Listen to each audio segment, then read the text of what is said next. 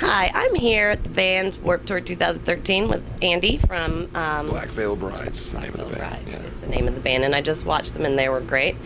And it's not that I forgot that, it's just that we were in the middle of an awesome nerd conversation and got cut off to start the interview, so our brain went elsewhere. Even if you forgot it, I've said it enough times in my life that I just usually say it anyway. All the time. Yeah. So, main reason why I even asked to come here, this. Awesome. Oh, because of one tattoo? Is it the one that says Mom and Dad, or is it in my sweet tan line there? It's the bravery to just go old school, just symbol, not like just Batman. Well, there's this, there's that, and then there's the nerd. Unfinished. Started the Joker here. It's unfinished, and it's got grease on it. And then there's more Batman. The whole sleeve is going to be all Batman stuff. But yeah, I'm definitely a Batman is actually what got me into rock and roll. In a weird really? way. So as a little kid, I always loved stuff like Batman and Spawn, and I was a huge comic book reader, and I loved the darker characters, and so Right.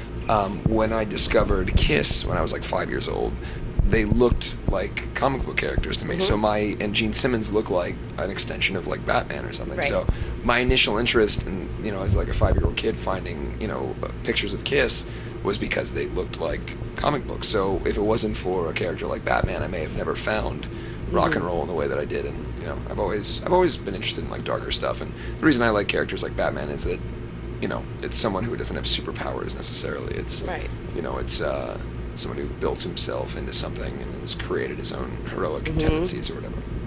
No, I love it. And I love that you're just such a great role model for the kids. I mean, and I say kids, a lot of us have been nerds for a long, long, long, long time.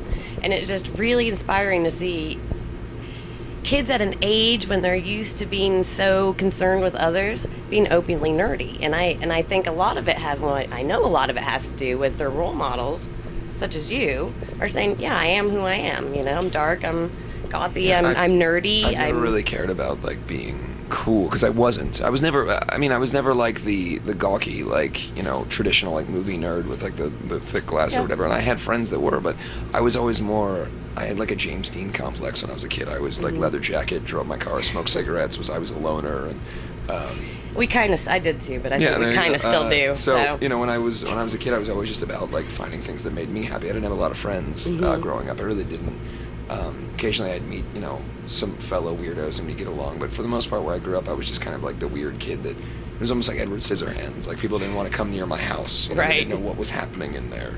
And that's a great point too, because I watched that movie and I relate to him, Yeah, and I absolutely. sympathize with him. And other people are like, "Freak," and I was like, "Oh, I want to go to his house." And my hands were also made of scissors when I was a little kid, which is really unfortunate. Do you have like scars everywhere, or did you cut your own hair? I only have scars from the waist down because like around 12 years old you start getting curious, and when you have scissor hands, just Yeah, that could be difficult. my dick is just shredded with scissored hands. I can guarantee you it's not. No, so I mean, I think for me, the idea of doing something that is, who you really are is, I mean, it's innate within rock and roll. Yeah. Rock and roll's always been about rebellion and doing things that are fun. So I honestly don't get, you talked about some bands around here are too cool for whatever. I've never wanted to be cool. Right. I never wanted to be a role model. I always just wanted to be myself, and hopefully other people felt similarly and they could connect with what we do. Well, I think that's the importance, and that's why it shows. It's you're not doing it to try to put on some persona. You just are who you are. You're unapologetic about it. Sorry, it's been a long day. That's all right. And it lets other kids say, you know what, I'm that way too. Why do I have to hide it? And it just shows that things are changing, because you're right, rock and roll was about that, but it's shifted, it's changed. Even the nerd scene has changed a little bit. Some people are into the hype of, I'm nerdy, I'm not nerdy. But it's really about encouraging other kids and other people and fans to say, be who you are, you know? Yeah, I mean, I don't know. I don't like to give kids a label of what they are, I think everybody has their own sort of stuff. And, I will say that, I don't know if it's nerd, but like the comic book culture and like the fantasy culture and everything is so in society and in pop culture now with stuff like Game of Thrones, and I mean even one of the most, the biggest sitcoms are things like Big Bang Theory and all that stuff. It's like the celebration of the idea of fantasy or fun or whatever comic book culture is more and more. I mean, look at what these superhero movies do in terms of numbers. People just realize that it's fun, it's escapism, and in a time where our our country is dealing with a recession and has been for a consistent amount of time. We have 2 wars. There's always something going on every day. You turn on the news and planes are crashing or whatever else. And escapism is necessary, and that's why comic books and fantasy and those things have always been so prevalent, because it allows someone a chance to get away from the drudgery of day-to-day life. And that's what I think, or at least what I've wanted Black Veil Brides to be, is a chance for people of all ages, whether they're 6 or 60. Yeah. Everyone deals with shit, and we've always been about finding a voice and having fun. Yeah, no, I saw it. The show looked great, so I enjoyed it. I don't understand why we don't drag her into the interviews as well. Well, she's about to play and a then she show. could tell us what her nerd little secret is. What she is does. it? What's your closet nerd? Talk about Sailor Moon. Yeah, okay, so Sailor Moon. when I was little, I wear glasses. I still wear glasses, and I had braces, and my favorite thing in the world was Sailor Moon, besides music, of course. And I would download, or I'd print out pictures of Sailor Moon. I had like my Sailor Moon book that I would paste them in, and I'd go to my favorite comic book store, buy every new Sailor Moon thing. I had all of the DVDs, and when I would watch it, like I would get up at like 6:30 in the morning and record the episodes, like the new episodes, and I knew like the whole dance and everything, Right. and I had a wand, and That's awesome. I love it. I would do the whole Sailor Moon wand thing in the beginning. It was so dorky. That is, which is good. But it is awesome.